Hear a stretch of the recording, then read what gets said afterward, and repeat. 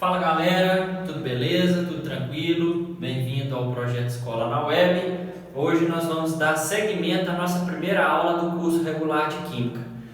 Vamos continuar vendo aspectos relativos, aspectos que vão definir a matéria. O que define a matéria? De que maneira que essa matéria? Já definimos conceitos iniciais na Química, pessoal. Mas vamos dar seguimento para discutir melhor o que é a matéria, que é o nosso objeto de estudo na Química. A matéria e suas transformações, não é isso que nós estudamos em Química? Então vamos lá. Para começar a conversa aqui, gente, no passado existiu uma turma da filosofia aí. Então dois nomes que a gente tem que mencionar é Demócrito e Leucipo. São dois filósofos que já falavam na ideia de átomo, tá, gente? Então o que eles falavam era a ideia de átomo. Mas de que maneira que eles descreviam isso, Marcos? Não da maneira moderna, nem a maneira atual, contemporânea que a gente vê isso aqui, tá, gente? É claro que eles tinham uma visão bem rudimentar do que viria a ser o átomo. Eles imaginavam que eram bolinhas indivisíveis, que não se dividiam, e que eram unidades que iam constituir a matéria e tudo que nos cerca, toda a matéria que compõe o que nos cerca, beleza? E depois de tanto tempo, quando é que isso voltou à tona, gente? Na ciência já, né? Só lá no fim do século XIX com um camarada que chamava Dalton, tá? Então, é só aqui com Dalton, pessoal, que os átomos voltam a ser mencionados, ou seja, que a matéria vai ser vista como composta por unidades fundamentais que a gente vai chamar de átomos, tá? Átomo em grego significa de não divisibilidade. A é a negativa de tomo, né? Mas é simplesmente uma palavra usada. Hoje em dia, e nós vamos ver com a evolução do curso, os átomos são divisíveis. Mas esse nome acabou sendo adotado pelo passado, pela forma dele ter sido mencionado dessa forma no passado, beleza? Então, Dalton não vai falar só repetir o que os filósofos lá, o que o Demócrito tinha falado. Ele vai falar que os átomos compõem, são unidades que constituem a matéria, mas que esses átomos têm identidades definidas. Ou seja, eu não tenho no universo, ou seja, no mundo que me cerca, eu não vou ter átomos iguais. Eu tenho átomos de tamanhos e propriedades de massa diferentes. Isso vai definir como é que, quando esses átomos se encontram, como é que eles vão constituir a matéria. Por que a matéria apresenta propriedades diferentes? Então começa a entrar a noção, gente, do que a gente chama de elemento químico, tá? Então o elemento químico viria a ser um átomo com propriedades definidas. Bom, mas como assim, Marcos? Por exemplo, o oxigênio, né? Então ele tem uma massa definida, então imagine o oxigênio como se fosse uma esfera perambulando pelo ar. Ele é uma pequena esfera com uma massa definida e com um tamanho definido. Marcos, e o gás carbônico? Ele já é totalmente diferente. O gás carbônico, hoje nós sabemos que ele vai ser composto pelo carbono, que é um elemento de massa e propriedades definidas, e dois átomos de oxigênio, ou seja, no caso ele seria um CO2, ele teria 2 oxigênio e um carbono na sua constituição, tá? Então seria a união de átomos com propriedades diferentes. Então essa noção ela é introduzida aqui, gente, no fim do século XIX. Olha quanto tempo passou até a gente ter essa compreensão, beleza? E a noção de elemento, que são átomos com propriedades definidas, de massa, de tamanho e assim por diante. Se eu uno esses elementos, como o Dalton sugeriu, eu vou começar, gente, a ter uma forma de representar isso. No nosso exemplo, nós colocamos aqui um símbolo para o carbono, que é C, tá? Um símbolo para o oxigênio, que é o O, e colocamos um 2 aqui. Aqui é como se tivesse um 1 no carbono, né, gente? Mas a gente não escreve, a gente deixa subentendido que tem um carbono aqui nessa fórmula. E colocamos 2 para o oxigênio, quer dizer que tem 2 átomos de oxigênio na constituição disso que a gente vai chamar de fórmula, tá? Então, fórmula nada mais é que um esquema representativo, gente, de associação de elementos, tá? Marcos, o que está no ar aqui são fórmulas? Não, pera aí. Fórmula é a forma como a gente representa isso aqui. Agora, isso aqui na natureza, eu estou respirando aqui o oxigênio, o O2, ou seja, no meu ar atmosférico eu tenho um gás com 2 átomos de oxigênio. Isso eu vou chamar de molécula. Marcos, molécula e fórmula é a mesma coisa? É praticamente a mesma coisa. Fórmula é a forma como eu estou designando, como eu estou escrevendo isso aqui no meu caderno, tá? E a forma como eu estou escrevendo é a fórmula. E a forma como eu encontro na natureza esses elementos químicos associados, eu vou chamar de moléculas, beleza? Tá bom, Marcos. Então, eu já tenho moléculas, já cansei dessa conversa aí de moléculas, já entendi. Então, agora eu quero saber como é que nós vamos evoluir isso, né? E de que maneira que eles se apresentam a nós? Na forma de substâncias, tá, gente? Na forma de substâncias. E aí nós temos formas de encontrar substâncias. Substâncias nada mais são que porções de matéria, tá, pessoal? Formada por moléculas, tá? Eu posso ter uma substância encontrada de maneira pura ou encontrada em uma mistura. Vamos aqui primeiro, ó. Se eu encontro ela, gente, de maneira pura, vou encontrar essa substância de maneira pura. Isso quer dizer, gente, que ela é constituída por apenas um tipo de molécula.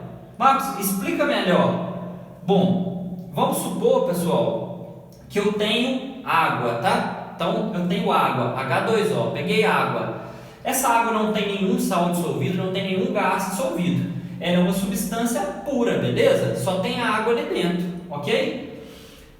Beleza. E se eu encontro essa água e adiciono sal de cozinha nela, NaCl? Então, nesse caso, eu tenho uma mistura. Agora eu formei uma porção de matéria que tem associada mais de uma molécula diferente. Então, eu formei uma mistura, tá? Beleza, mas se ela é pura, ela pode aparecer de que forma, Marcos? Ela pode aparecer de maneira simples ou de maneira composta. E o que vem a ser isso, gente? Basicamente, se ela é formada pelo mesmo tipo de elemento químico, como exemplo aqui nós colocamos o O2, tá? O oxigênio, por exemplo, mas existem uma série de exemplos, o nitrogênio, que é o N2, então vários elementos idênticos se associam e vão formar o que a gente chama de substância pura simples, formado pelos mesmos elementos químicos. Então eu tenho o mesmo elemento químico que se associou, ela é uma substância simples. E se eu encontro ela ainda pura, Marcos? Ela está pura, mas é formada por elementos químicos diferentes. Por exemplo, no caso da água que você falou, ela é formada por 2 hidrogênios e por 1 oxigênio. Neste caso, ela é composta, pessoal. Ela ainda é uma substância pura, só tem água no meu copo, mas ela é formada por 1 átomo de oxigênio e 2 átomos de hidrogênio. São elementos químicos diferentes que se associaram a formar essa formulinha aqui, essa molécula encontrada lá dentro do meu copo, beleza? Tá bom. E se eu tenho a substância na forma de mistura? Eu terei ela em quais possibilidades? Bom, eu já sei que mistura vai ser a união de moléculas diferentes. Então agora eu não estou falando só de uma molécula a mais, beleza? Eu estou falando de diferentes moléculas associadas. Aí ela pode ser encontrada de maneira homogênea ou heterogênea, gente. Se é homogêneo, ela tem apenas um aspecto visual. Eu olho para ela e ela tem apenas uma aparência única. Isso eu vou chamar, gente, de fase. Então, vou colocar aqui, ó, uma fase, beleza? Aqui, ó, uma fase. Isso quer dizer que, se eu olhei e visualmente só identifiquei apenas em toda a sua extensão a mesma propriedade naquilo que eu estou analisando, vamos pegar o nosso copo. Estamos olhando para o nosso copo de água e sal. O sal está misturado ali dentro. Marcos, tem 2 moléculas diferentes misturadas, não tem? Tem. Portanto, nós temos uma mistura. Só que eu só estou vendo uma fase, pessoal. Meu olho só identifica um todo igual, beleza? Então, portanto, eu vou chamar de homogênea. O nosso ar atmosférico é um grande exemplo.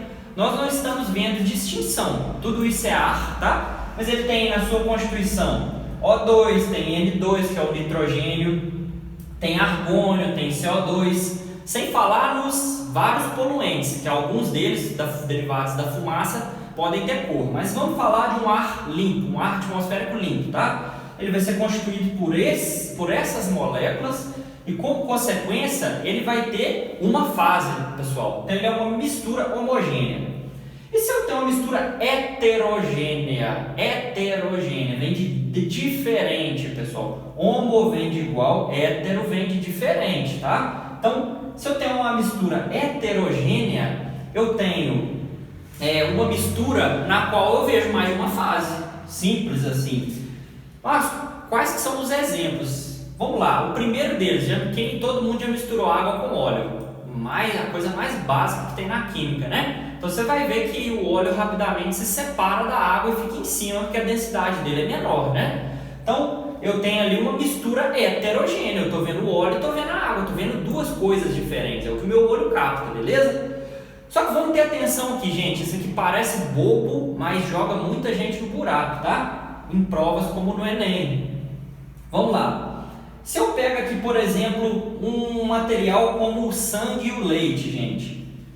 Você já machucou o dedo, você já viu como é que o seu sangue é, né? E você já viu o leite também, como é que é. Nosso leite que a gente tem costume, leite de vaca, né, gente? Então, beleza. Eu pego o sangue e o leite, você vai me responder mais rapidamente. Marcos, mistura homo ou heterogênea? Você vai rapidamente me falar, é homogênea, não vai? Você acabou de errar. E por quê?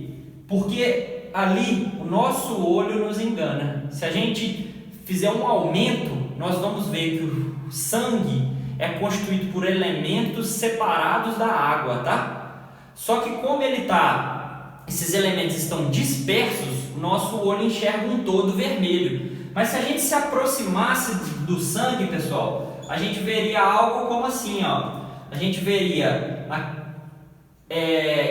estruturas espaçadas assim, e entre elas estaria um líquido aqui que é água, tá? Um líquido transparente. Então assim é a constituição do sangue. E é a mesma constituição do leite, gente. O leite, ele é nada mais, nada menos que gordura dissolvida em água, além de outros componentes que ele tem, como os minerais, tá? Mas só para vocês entenderem, nós temos partículas de gordura dispersas num líquido que é a água. Só que a gente vê e vê um branco. Por quê, Marcos? Porque o nosso olho, ele tem uma limitação de aumento. Se a gente aumentar um pouquinho ali, a gente vai ver que está cheio de gotículas de gordura espalhadas. Então guarde isso aí, pessoal. Heterogênea, mistura heterogênea, sangue e leite, viu lá na prova, marcou, mistura heterogênea. Marcos, estou vendo uma fase, o problema é seu, você tem que guardar que são duas fases, que aumentou, tem mais de uma fase ali, beleza? Areia, Marcos, estou vendo uma fase, tem vários minerais ali, uns mais claros, outros mais escuros, tá? Então é o óxido de silício com outros minerais de rocha que estão misturados. Então é heterogêneo. Se você conseguir aumentar, você vai ver que existem cores diferentes das partículas ali naquela mistura, tá, gente? Então, a areia, o granito, gente, o granito é formado por minerais diferentes, ele tem pontos pretos, pontos mais claros, tá? Então é visível o granito que ele é uma mistura heterogênea, mas é um exemplo que costuma jogar muita gente no buraco em prova também, tá? E um sistema também que às vezes pode causar confusão é a água com gás, porque você pode pensar assim, bom, Marcos, se eu tenho a minha mistura de água com gás, eu fui lá no supermercado, vi água com gás na garrafinha, só vi uma fase. Como é que você está me falando que ela é uma mistura heterogênea? Pessoal, você abriu a tampa da garrafa e enche de bolinha, que é um sistema instável, ou seja, aquele gás ele está parcialmente dissolvido. Mas qualquer instabilidade, qualquer chacoalhada, qualquer redução de pressão, quando eu abro a tampa, por exemplo, eu percebo visualmente que ele é uma mistura heterogênea, que ele tem mais de uma fase. Eu vejo as bolinhas, eu vejo o líquido que é a água, tá? Então, vamos lá, mistura heterogênea. Eu vi mais de uma fase, já não tem nem conversa. Se eu não vi, eu vou guardar esses exemplos. Evoluindo a nossa conversa aqui, ó, nós já entendemos como é que as substâncias se organizam lá em forma de mistura, ou de maneira pura, de maneira é pura simples, pura composta, né? Só que aí tem uma outra situação aqui. Além das substâncias definirem a matéria da maneira que a gente vê, gente, essa matéria também ela se transforma. Ou seja, ela está de uma maneira e de repente ela pode mudar. Como assim? Não entendi. É o que a gente chama de estado físico, tá? Ou seja, além das partículas que compõem essa matéria ter determinada propriedade, né, que compõe essa substância, então eu tenho aqui uma substância. Se essas partículas estão mais unidas, gente, estão apertadas ali umas nas outras, tá? E estão bem organizadas, quando eu observo esse material, eu vou ver um sólido, galera. Olha lá, ó. Vou ver um sólido, né? Então, estou vendo uma pedra. Se eu fosse lá no submundo atômico, eu ia ver átomos muito bem organizados, muito bem unidos, tá? E se, por exemplo, eu pego essa... Vamos supor que isso aqui é o gelo, tá, gente? Vamos fazer o nosso exemplo aqui é gelo, tá? Então, pegamos um bloco de gelo, fomos lá no mundo atômico dele, no submundo atômico, e vimos todos os átomos muito bem organizados ali, todas as moléculas organizadinhas formando um cubo ali do gelo. Eu começo a aquecer esse gelo, dou uma fonte de aquecimento para ele, e ele começa a mudar a forma dele. Ele continua com as mesmas propriedades de massa, continua com a mesma propriedade de densidade, continua, só que agora eu vejo que ele fica líquido, gente. Então, não houve uma mudança na substância, houve apenas uma transformação de estado. Eu tinha H2O sólido, agora eu tenho H2O líquido, beleza? E o que vai diferenciar entre os dois? Aqui eu tenho um estado menos organizado, e como as moléculas de água agora têm uma distância maior entre elas têm uma liberdade de movimento maior. Então, se eu pegava esse gelo e colocava dentro do copo, ele continuava aquele cubo bem organizado. Agora eu coloco água e ela se adapta. Se eu ponho num recipiente de fundo chato, ela se estabelece numa organização no fundo chato. Se eu coloco num recipiente de fundo redondo, ela vai tomar aquela conformação de fundo redondo. Ou seja, ela se acomoda ao meu recipiente agora, pessoal, porque ela tem uma liberdade maior entre as moléculas que a constituem, beleza? Tá, então, de repente, eu cheguei fogo na minha água e comecei a ver um vapor aparecer, tá? A água começou a borbulhar e aí começa a aparecer um vapor. Eu começo a formar o gás, pessoal, começa a formar o vapor e o gás, o vapor de água, tá? Então, o que eu fiz, gente? Eu peguei de um estado, forneci energia na forma de calor, as moléculas ganharam mais liberdade, ficaram mais distantes umas das outras. Continua a mesma substância, água, substância pura composta a água. Só que ela veio daqui para cá, as moléculas têm mais energia e mais liberdade de movimento. Eu forneci mais energia para elas. Elas ganharam uma liberdade gigantesca agora. Agora elas estão bem distantes umas das outras, tá? Estão batendo umas nas outras, como se fosse uma série de bolinhas aqui, ó, que estão se chocando entre si numa caixa fechada. E se eu abro o meu recipiente, isso escapa, porque agora a liberdade de movimento dessas moléculas é a maior possível, tá? Essas mudanças de estado físico que a gente vê visualmente, elas existem denominações? Com certeza, vamos ver aqui. Então, primeira delas, eu vim de sólido para líquido, forneci calor, forneci energia, liberdade maior para as moléculas aqui dentro. Eu fiz um processo de fusão, que a gente chama, tá? Então eu vou fundir um material, vou trazer de sólido para líquido. Eu peguei esse meu líquido agora, gente, e forneci energia para ele, certo? O que eu fiz? Eu converti ele para um estado gasoso, certo? Dei mais energia ainda para as moléculas, mais liberdade de movimento. Eu fiz um processo que eu chamo de vaporização, beleza? Marcos, é possível fazer o inverso? Bem, se eu estava fornecendo energia e vindo para cá, para a direita, pessoal, é só eu tirar a energia que eu volto para a esquerda. Mas como é que você vai tirar a energia? Se eu estava dando energia aumentando a temperatura, agora eu diminuo a temperatura e volto para trás. Então eu pego esse mesmo vapor que está preso na minha caixa e pego esse mesmo vapor e coloco ele para esfriar numa caixa fechada. Eu percebo que ele começa a virar líquido, as moléculas começam a perder energia, ainda assim elas ainda estão em um estado intermediário de energia e de distância entre essas moléculas, tá? Eu abaixo ainda mais a temperatura, retiro mais energia e formo um sólido. Isso é possível? Completamente. Então, se eu vou de gasoso para líquido, tá? Eu tenho um processo que eu chamo de condensação. E se eu vou de líquido para sólido, eu estou fazendo uma solidificação, tá, pessoal? Mas agora a pergunta que não quer calar: e se uma substância pula do sólido para o gasoso ou do gasoso lá para o sólido, sem passar por essa etapa? Isso acontece na natureza? Acontece.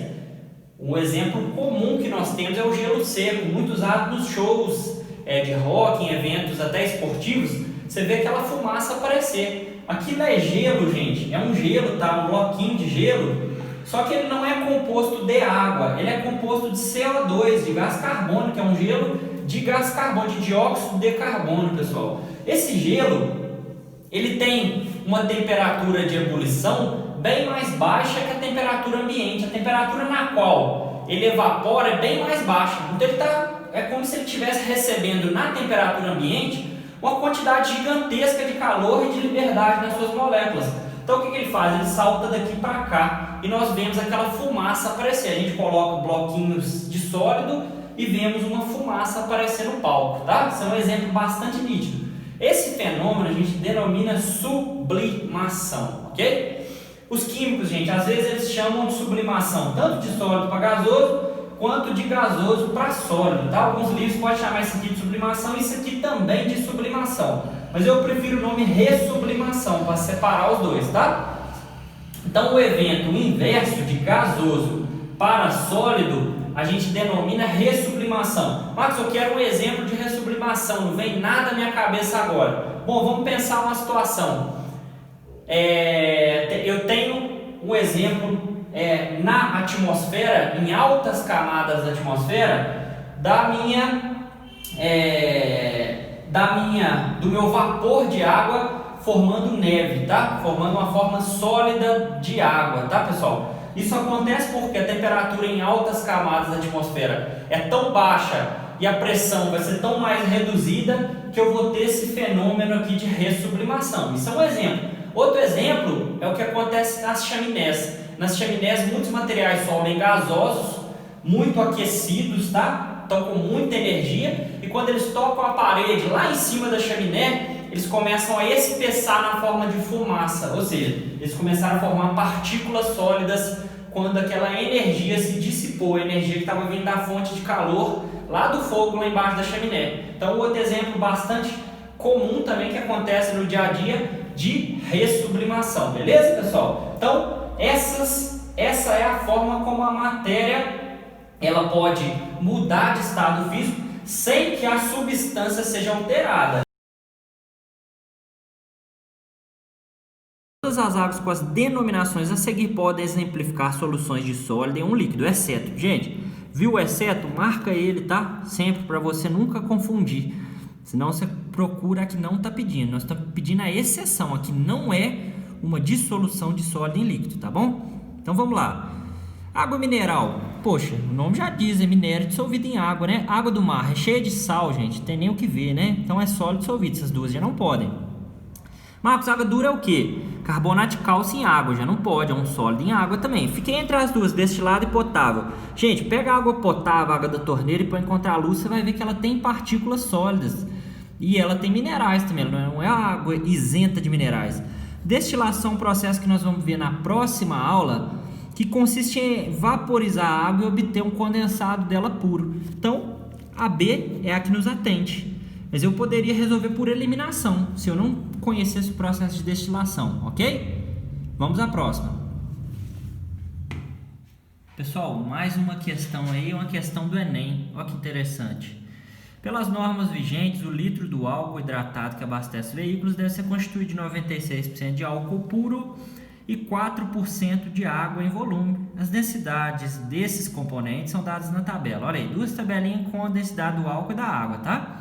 O técnico de órgão de defesa do consumidor inspecionou 5 postos suspeitos de venderem álcool hidratado fora das normas, tá? colheu uma amostra do produto em cada posto, mediu a densidade de cada uma, obtendo. Então ele obteve aí, ó, ele mediu a densidade das amostras de 5 postos diferentes, gente.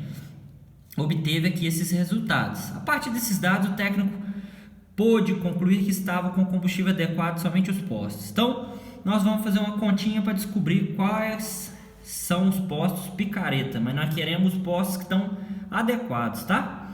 Então, bom, 4% eu escrevo 0,04. Se a densidade da água é 1000, então ela vai cooperar com 4% na densidade final. O álcool vai cooperar com 96% de 800. Somando aqui, pessoal, nós vamos obter 808. Olha aqui, gente. O posto 4 tá bacana, não tá? Bateu em ciminha. E o posto 5, Marcos? Poderia ser, tá dando um pequeno desvio. Então, galera, esses dois aqui já sabemos que estão certos. Alternativa letra E, tá? Olha esses outros aqui, gente. Passou longe, 822, 820, 815. Já eliminaríamos. São postos picaretas, estão adulterando com uma maior quantidade de água e por isso a densidade está indo lá para cima, beleza? Bastante simples, gente. Só questão interpretativa e saber aplicar a propriedade aí, que é a densidade no reconhecimento das substâncias e das misturas, tá? Próxima questão, considere os seguintes sistemas. Marcos, o que é um sistema? É aquilo que eu estou estudando, tá bom, gente? Basicamente é isso. Então, 3 sistemas aí. A água, o sistema 2, água mais etanol. O sistema 3, água mais óleo. Os sistemas 1, 2, 3 correspondem respectivamente a... Gente, água sozinha é substância pura, só que a água é formada por 2 hidrogênios, 2 átomos de hidrogênio e 1 átomo de oxigênio. Uma substância pura composta, beleza, pessoal? Então, aqui, composta, tá? Água mais etanol, gente, é uma mistura, não é nada? Homogêneo ou heterogêneo? Eu vejo uma fase ou mais de uma? Vejo uma fase, o álcool se dissolve perfeitamente em água. Então, homo, tá? Mistura homo. Água mais óleo, eu já sei que o óleo separa, eu vejo 2 fases, é uma mistura hetero. Portanto, o que eu tenho? Substância composta, mistura homogênea, mistura heterogênea, resposta letra C.